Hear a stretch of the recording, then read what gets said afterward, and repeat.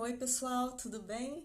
Hoje eu vou falar aqui com vocês sobre uma coisa que eu gosto muito. Se tem alguma coisa aqui nesse mundo ainda faz meu olhinho brilhar, é música clássica, canto lírico, eu adoro, sabe? Realmente é uma coisa que depois de ter feito um monte de coisa, sabe? Eu fiz teclado, eu fiz dança, um pouquinho de teatro, não sei o quê, mas sabe, na vida assim, você vai tentando um monte de coisa, mas o que eu gostei mesmo, sabe, que ficou, que eu tô não enjoei é música clássica.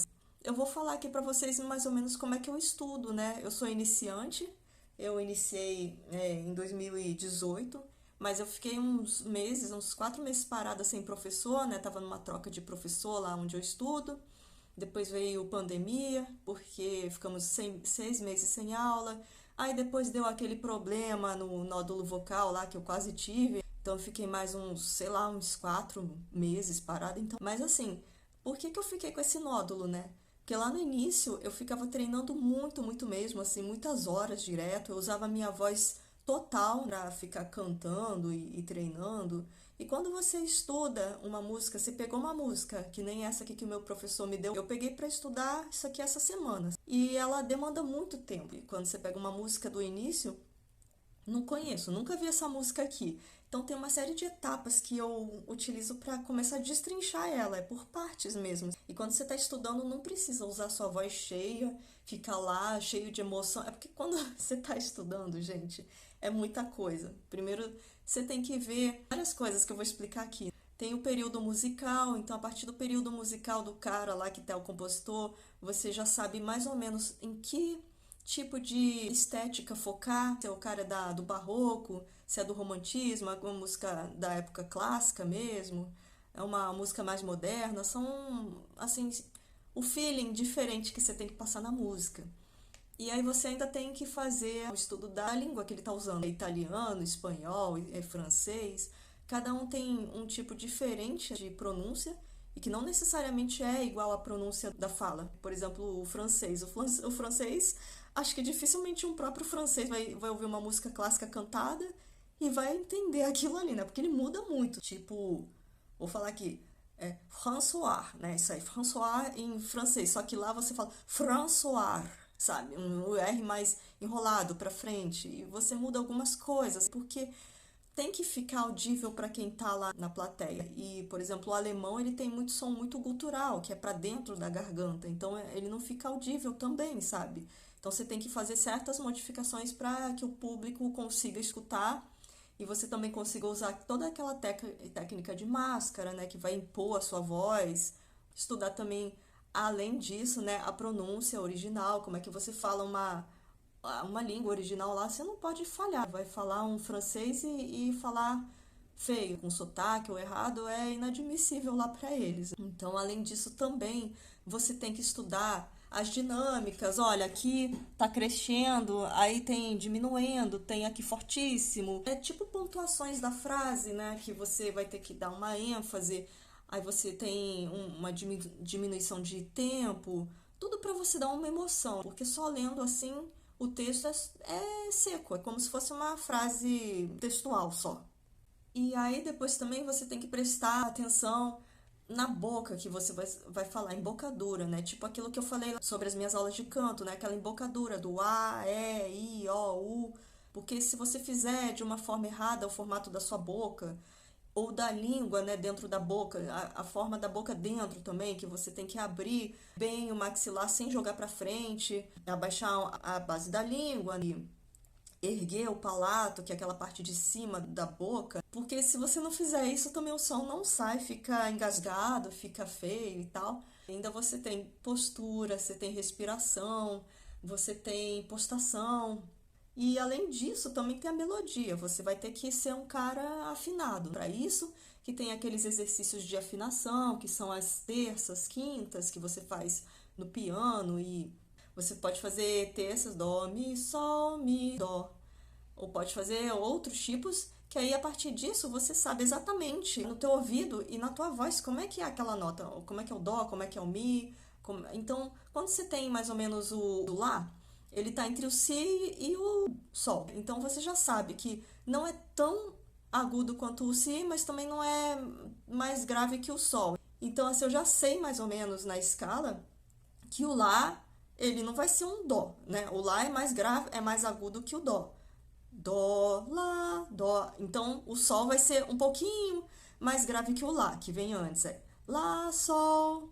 Mas também não vai ser um Dó. Então, você não vai ser um cara tão desafinado assim a ponto de jogar a voz lá pra cima, mais ou menos quando você vê a nota, você já sabe pela prática onde é que fica. Aí tem as questões dos acidentes, né, de nota, que são bemol, sustenido, que aí você também joga um semitom pra cima ou pra baixo. Então, isso tudo é com o tempo, né? Treinando ouvido, treinando fazendo exercício de afinação mesmo. E nesses exercícios a gente não precisa jogar a voz inteira, né? Ah, eu vou jogar toda a potência, eu vou botar emoção. Não, não é nesse momento, sabe? Então, quando você quer treinar uma coisa, às vezes você não treina outra coisa, né? Eu vou deixar para treinar emoção, interpretação depois. Agora eu só quero saber como é que canta isso aqui, sabe? Quero fazer realmente a melodia disso aqui. Não precisa você fazer, tipo, sei lá, 1000 trinados e 1000 em floreios. Não, não precisa não, assim. É só você fazer por partes que depois a música sai, sabe? Então, ainda depois disso, você tem também a interpretação, porque você tem que ler o texto e saber, o que que esse texto aqui tá falando, né? Aí você procura lá o idioma lá, o que que significa isso. É bom você olhar a ópera de onde foi feita, né, essa música aqui, para você saber a história, né? Porque, por exemplo, a melodia pode ser bonitinha, pode parecer alegrinha, mas ser uma música, na verdade, que é triste. E pelo texto você vê que é triste, e aí você vai procurar no Google, vai procurar no vídeo lá, é de uma ópera, da pessoa tá chorando lá, e você nem sabe. Aí vai cantar mó alegre. Então tem uma série de coisas aí a se observar. Então hoje eu vou fazer o estudo aqui com vocês de casa dessa música aqui que o professor me passou. Eu comecei a realmente ver por partes essa semana, estudar um pouquinho aqui e ali. Quando eu pego uma música do nada, assim, tá, o professor mandou eu estudar isso aqui. Então, primeiro, o que que eu olho? Eu olho lá se essa parte aqui é a parte de cima, que é a parte cantada. Tem, assim, 3 linhas, né? Tem a que você canta, tem a do piano mão direita. Eu vejo, pego a música, vamos ver se é adequado pro meu timbre, né? Eu sou mezzo-soprano, então o meu tom é meio mediano, você tem que saber mais ou menos até onde sua voz alcança. Eu aqui, no caso, no teclado, eu marquei onde é que estão minhas quebras vocais. Se você fazendo exercícios assim, você vai saber o seu tipo de extensão. Aí você vai fazendo exercício, por exemplo, o mais grave que eu consigo ir aqui é um Mi2, eu até já marquei aqui. Aqui tem uma quebra vocal da minha voz, ela dá uma... Quando você vai fazendo exercício, você percebe que a sua voz meio quebra, aí tá... Aí dá um esquisito assim, aí a sua voz ajusta, parece que tem uma marcha assim de carro, que você faz um tranquinho assim, passa pra outra região da sua voz, né? Que aí já seria o meu mediano aqui. Aí vai aqui, dentro desse mediano, tem outra quebra aqui nesse Si3, que aí ele tá... Aí dá um negócio estranho na voz, mas parece que dá um treque na garganta assim e pula pra região seguinte, que aí já pra mim é agudo. Aí aqui no... Como é que é? Esse Fá4, ele já dá uma outra quebra e vai pra região agudíssima, que eu só alcanço mais duas, assim, eu chego mais até aqui o Si bemol. Mas assim, trabalhando mais a sua voz, você pode alcançar mais extensão e minimizar essas quebras também. Você vai trabalhando justamente para você disfarçar um pouco essas quebras aí, fazer uma coisa mais homogênea. Então, tem vários exercícios para isso. Para o meu registro aqui de voz, eu alcanço o seguinte: eu peguei a música, nunca vi na vida aqui. Então, o que que eu vejo? Vejo a linha melódica, qual é a nota mais grave e a nota mais aguda. Se tá dentro do meu limite aqui, eu tô vendo, beleza, tem um Mi, tem um Dó, não sei o que, eu vou linha a linha. Não, é tudo mediano, tem nada muito grave, muito agudo aqui, eu alcanço, beleza. Aí eu vou assim, dessa forma, eu vejo a melodia da música inteira e eu vi que tá de boa, assim, realmente é uma melodia que eu alcanço, não tem nada extremo, é um tom assim que eu consigo cantar. E aí depois o que que eu vou e olho aqui? Eu olho o compositor, é esse Gluck, e eu procuro saber, assim, de que ópera que isso aqui é. Então, eu já sei que esse cara aqui, a gente pesquisando aqui, por exemplo, no Google da vida, a gente vê o seguinte, Christoph Gluck, ele é um cara que é da época mais, assim, da transição do barroco para o classicismo. Então aqui está classificado mais como o período clássico. Aí eu vou ver aqui, período clássico, como é que é a estética desse tipo de período? Ah, ele diz aqui que é mais simples do que o período barroco.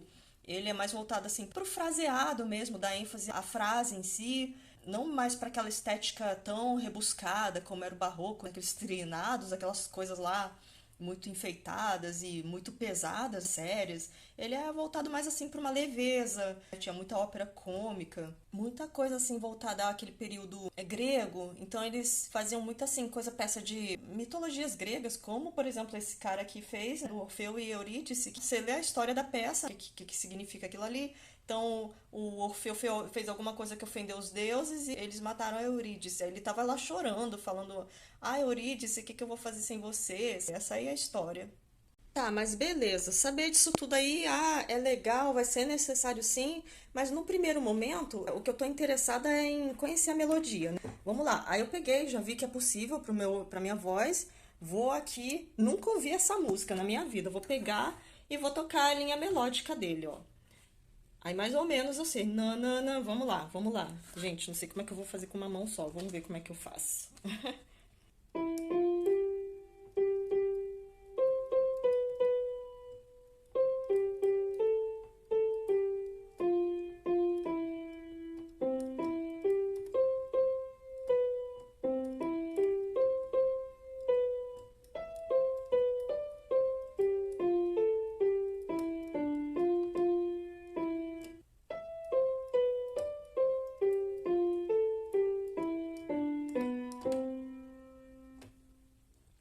Bom, é isso. Que aí esse pena aí, que é um dó, tá aqui na outra folhinha.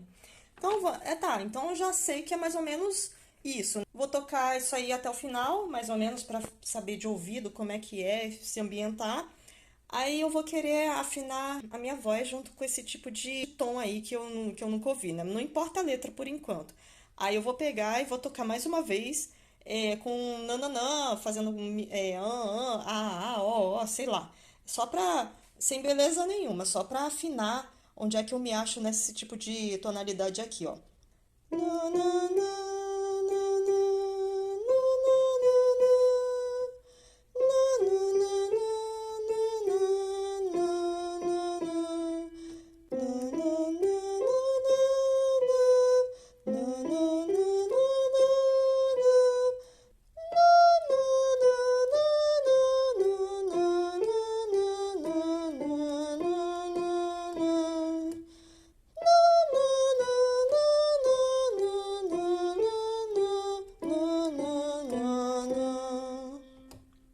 Então aí eu já sei mais ou menos a melodia lá, como é que fica na voz.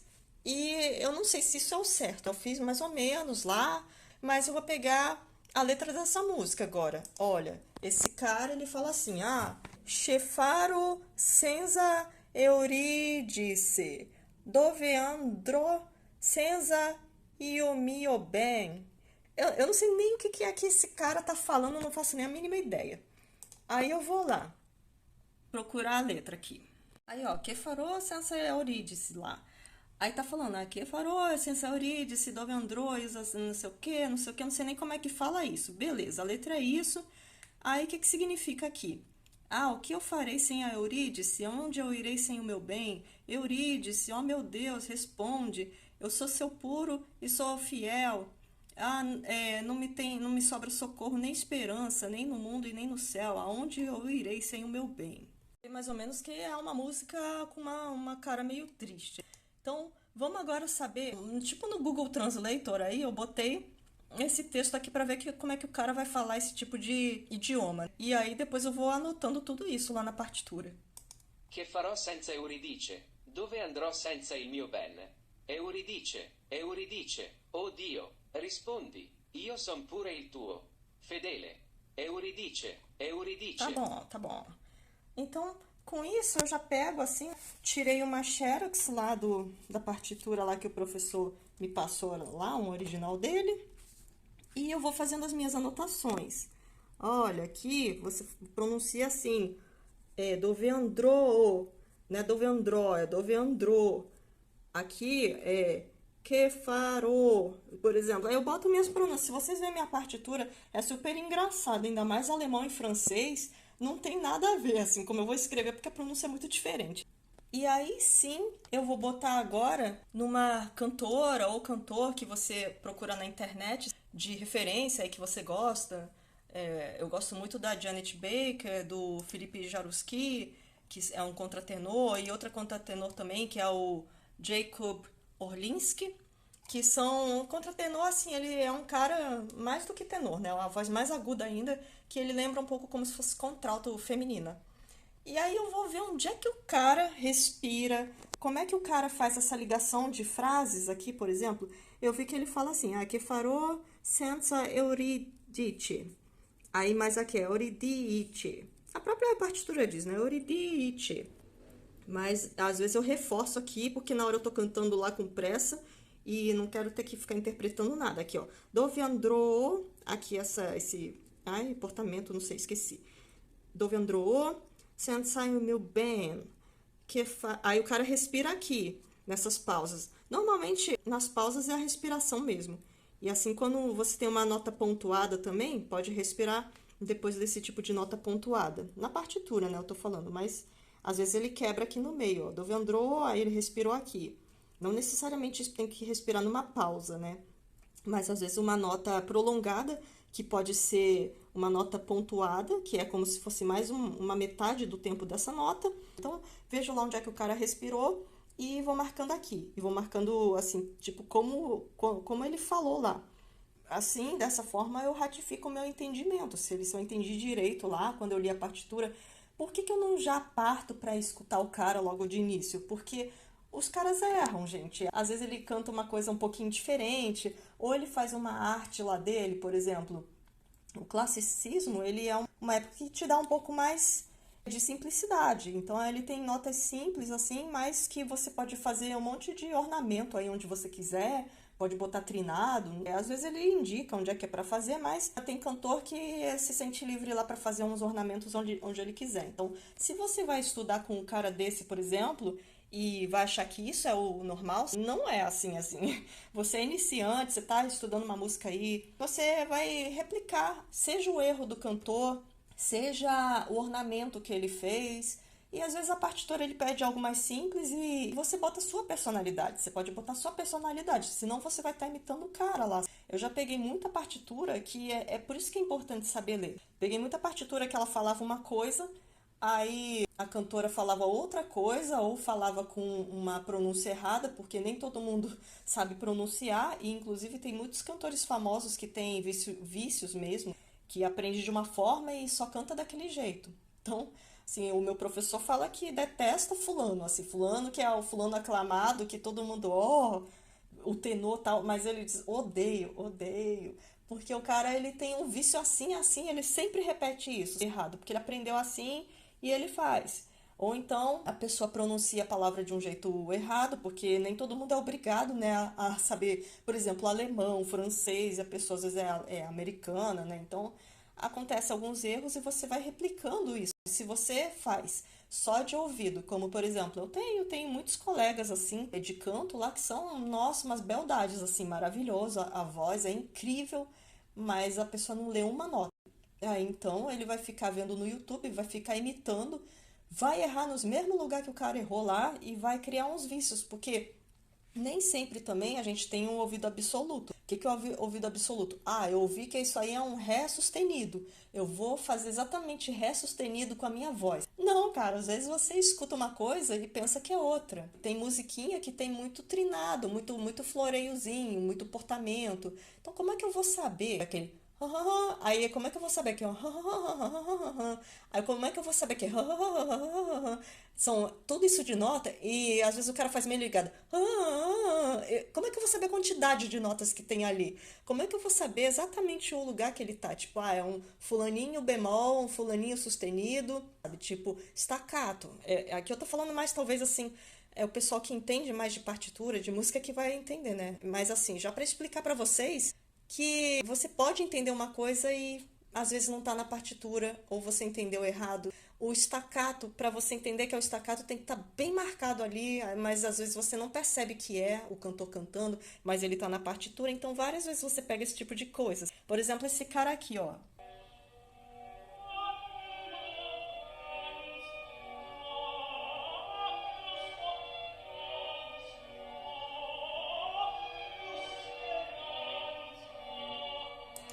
Ele tá no a non avanza, più socorro, più speranza. Ele tá aqui, ó. A non avanza, più soccorso, più speranza. Você tá vendo que é uma nota simples aqui? A non avanza, più soccorso, più speranza. Só que ele faz como se tivesse uma nota, sei lá, como é que se chama? Esqueci o nome, mas ele faz um ornamento aqui. A non avanza, più soccorso, più esperanza.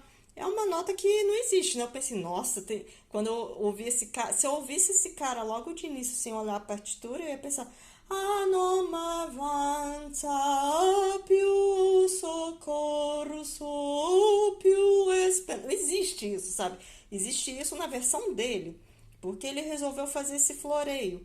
Mas aqui na partitura não é assim, ó. Ah, non avanza, più soccorso, più esperanza. Então, essa é a versão dele. Já pensou se eu não soubesse ler e ficasse imitando o cara, sabe? Aí esse outro cara aqui, ele já faz outro tipo de coisa.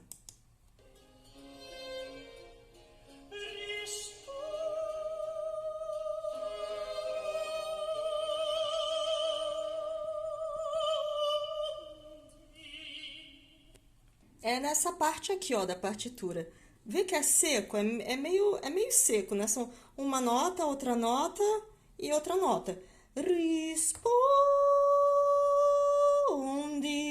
Aí ele faz o quê? Ele faz...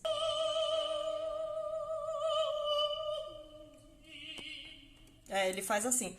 Rispondi. Mas é rispondi direto. Então, assim, esses dois contratenores, eles têm muito essa mania de dar esses floreios aí todos, né? Não é proibido, tal, mas é coisa lá de canto avançado que dá uma interpretaçãozinha, uma modificadinha. Mas, cara, eu como aluna básica, assim, eu vou seguir a partitura à risca, sabe? E não vou replicar de ouvido o vício ou a arte de outro artista, né? Vou fazer igual aqui. Já essa aqui é uma mezzo-soprano também, que eu gosto muito. E ela já faz assim mais simplesinha, mais direitinho, ó.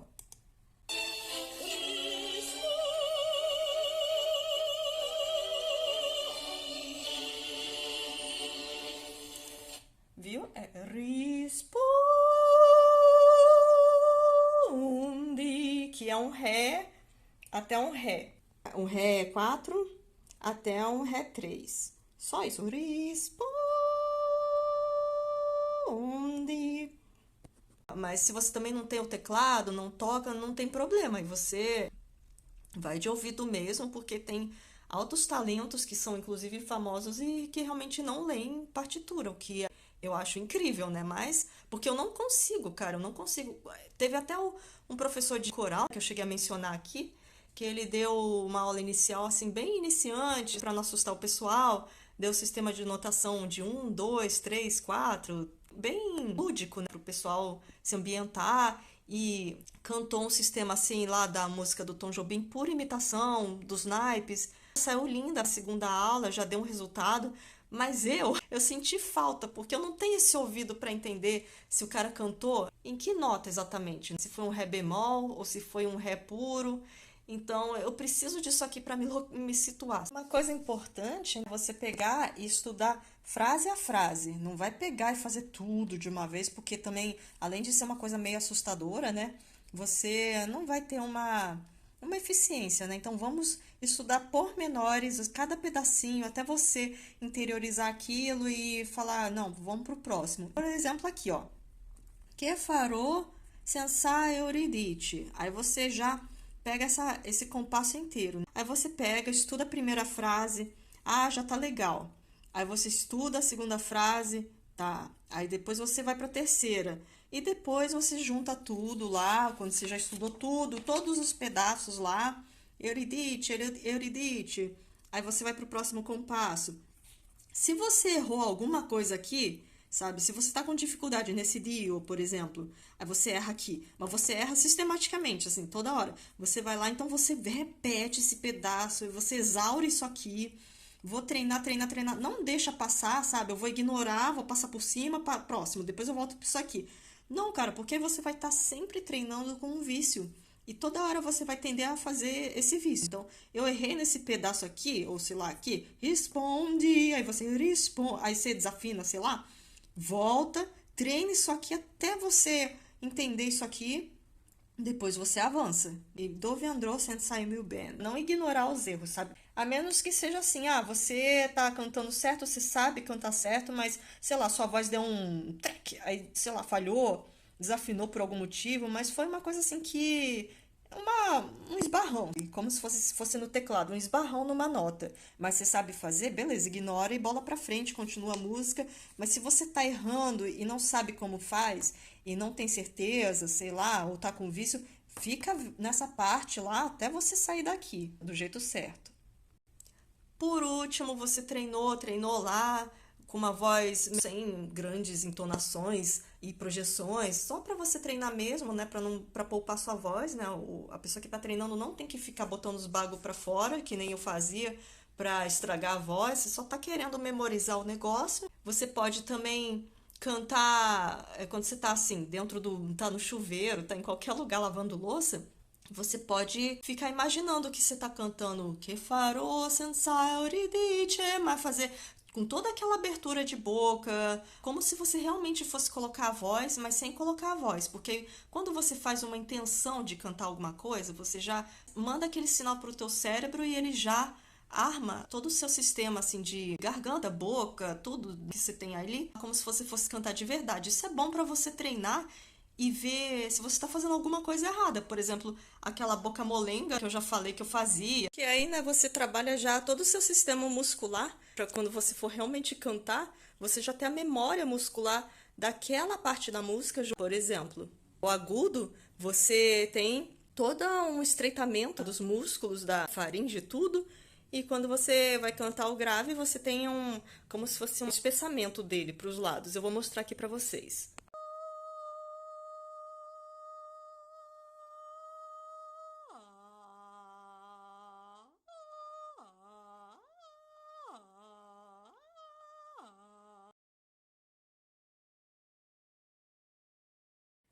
Viu que legal que acontece? Então não é só um instrumento que você imagina que a nota é aguda e aí vai sair aguda, você imagina que é grave. Não, é todo um ajuste muscular que realmente tem que ser treinado, né? Essa música aqui, se eu fosse ler ela só, aí.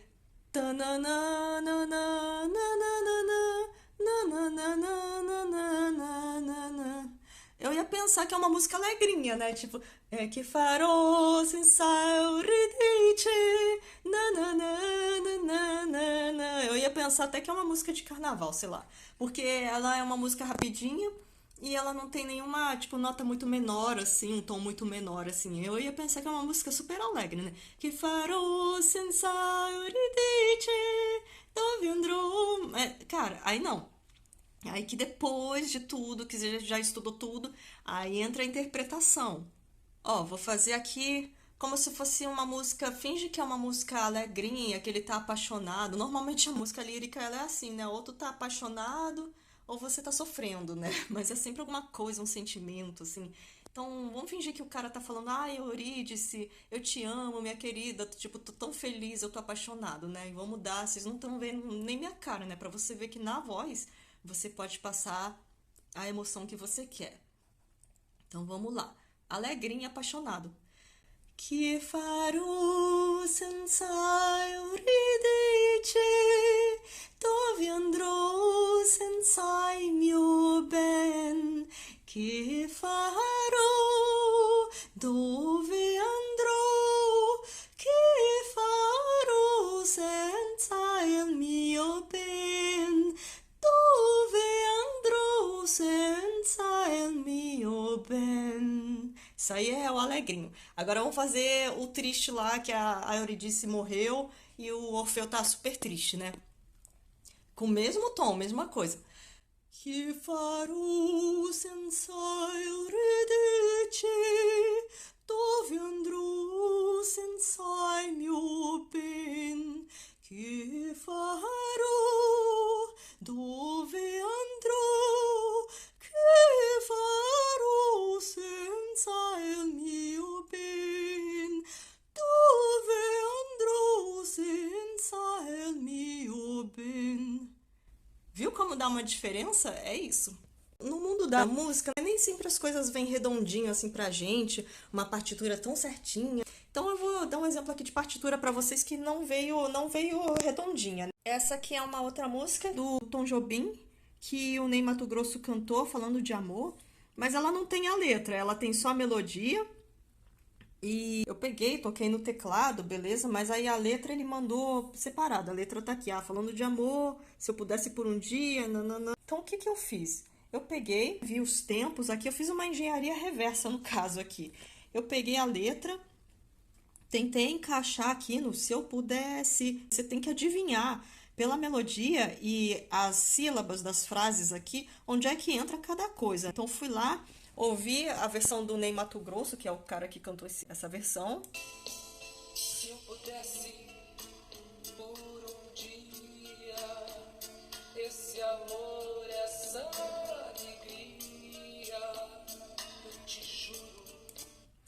E aí, em cima disso, eu peguei e fui dando pausa lá e escrevendo. Se eu pudesse por um dia, este amor, essa alegria. Então, nisso eu fui colocando aqui, olha, onde é que o cara respira, a frasezinha aqui, tudo amassado aqui de qualquer jeito, porque não tem onde escrever. Se eu pudesse por um dia, este amor, esta alegria. Então, assim, já ficou mais fácil de estudar isso aqui. É por isso que às vezes a gente tem que se virar, porque tem partes aqui que ele fala um pouquinho diferente dessa adaptação aqui. Não sei, ele fala se eu pudesse por um dia, e aqui se eu pudesse por um dia, já um pouco diferente. Por isso que é importante saber ler isso aqui. O professor fala assim: quando você vai na aula, você tem que se gravar. Ele sempre falou isso, você tem que se filmar, você tem que se gravar. E eu tinha horror, sabe? Eu botava, ai meu Deus, primeiro eu botava só o gravador do celular. Ai, que voz horrível, que coisa horrível, né? Porque a gente não tá acostumado a se ouvir. Aí eu lá ouvia com tremeliques de horror, de arrepio, assim, de horror. Aí depois eu fui acostumando, né? E aí você vê, realmente, porra, eu cometo esses erros aqui. Eu falho sempre nesse ponto, eu tenho a mania de fazer isso. Aí depois eu comecei a me gravar. Eu criei coragem, depois do ridículo assim da voz, eu criei coragem pra gravar a imagem minha mesmo. Aí ai meu Deus, cara, eu fiz isso, eu fiz aquilo, eu faço isso. Nossa, que ridículo, né? Porque você, quando se vê a sua imagem, você vê um monte de coisas que você não percebia. A boca mole que eu fazia, que eu mostrei pra vocês, eu fazia a boca pra dentro, assim, meio frouxa. E eu fui percebendo esse tipo de coisas. Outras coisas, você tá lá cantando, e aí você vai, ajeita a calcinha, coça o nariz, coça o olho, entorta a boca, faz um bico assim, meio. Fica muito caricato. Qualquer coisa que você faz na câmera, assim, fica muito caricato, salta às vistas. Então, às vezes você faz isso no dia a dia normal, mas, cara, quando você tá se gravando, parece que, fez assim, aí vai tá lá você ajeitando o sutiã, não sei o quê. E isso aparece muito. Então, quando você vai realmente gravar para se estudar, você percebe, se corrige. Aí, por exemplo, numa apresentação você já sabe. Eu não vou ficar ajeitando a roupa, não vou ficar coçando o olho aqui. É muito, assim, fica ridículo, gente. Fica tudo muito, muito caricato demais. Então é bom, eu recomendo para vocês o que o professor sempre recomendou para mim, para todo mundo, se gravar, se filmar. E é isso, tá ridículo, eu boto aí na internet mesmo, sabe, pra todo mundo rir junto. Mas com isso eu vou botando minha evolução, né? O intuito aqui de eu botar as músicas da aula são mais assim pra ver, pô, eu fazia assim, cara, eu tenho umas manias, sabe? Eu faço ou muito forte demais, estridente, ou minha voz desaparece. Então nisso você vai percebendo, você se gravou, você pensa que você tá arrasando em casa, né? Em casa você fica à vontade, esparramado no sofá, ou você tá dentro do chuveiro, aí você canta, sai aquele vozeirão, oh meu Deus, eu vou abalar as estruturas. Aí quando você chega lá, tá se gravando lá e, pô, minha voz desapareceu, cara, o piano engoliu minha voz aqui, nem aparece. Aí eu percebi que eu usava mais o fundo daquela parte que eu mostrei pra vocês que tem aquele o palato mole, né? Eu erguia mais profundo, eu abria mais pra dar tipo uma ressonância, mas eu não jogava pra máscara, e a máscara que dá projeção, faz a tua voz se projetar pra frente e ficar alta. Então eu só jogava pro fundo, não fazia pra máscara também, então a voz desaparecia. Então essas coisas a gente vai se corrigindo. Eu vou deixar até um vídeo aí nos cards também do professor Felipe Scaliuzzi de piano, que ele fala sobre a síndrome do REC, que todo mundo tem, né? Eu tenho também, todo mundo tem. Daí você tá lá tocando o seu piano, tá cantando, ai, super bem, tal, feliz, espontâneo. Aí, cara, é só ligar um REC lá de uma câmera e você vê que tem uma bolinha ali gravando em algum lugar e você, aí você já trava tudo, fica com a barriga dura e fica com uma cara esquisita, fica se mexendo igual um robô, todo artificial, perde toda a espontaneidade e erra tudo, sabe? Então tem que se soltar mais. Então eu vou deixar aí pra você que esse vídeo é engraçado. Bons estudos pra quem estuda e até a próxima.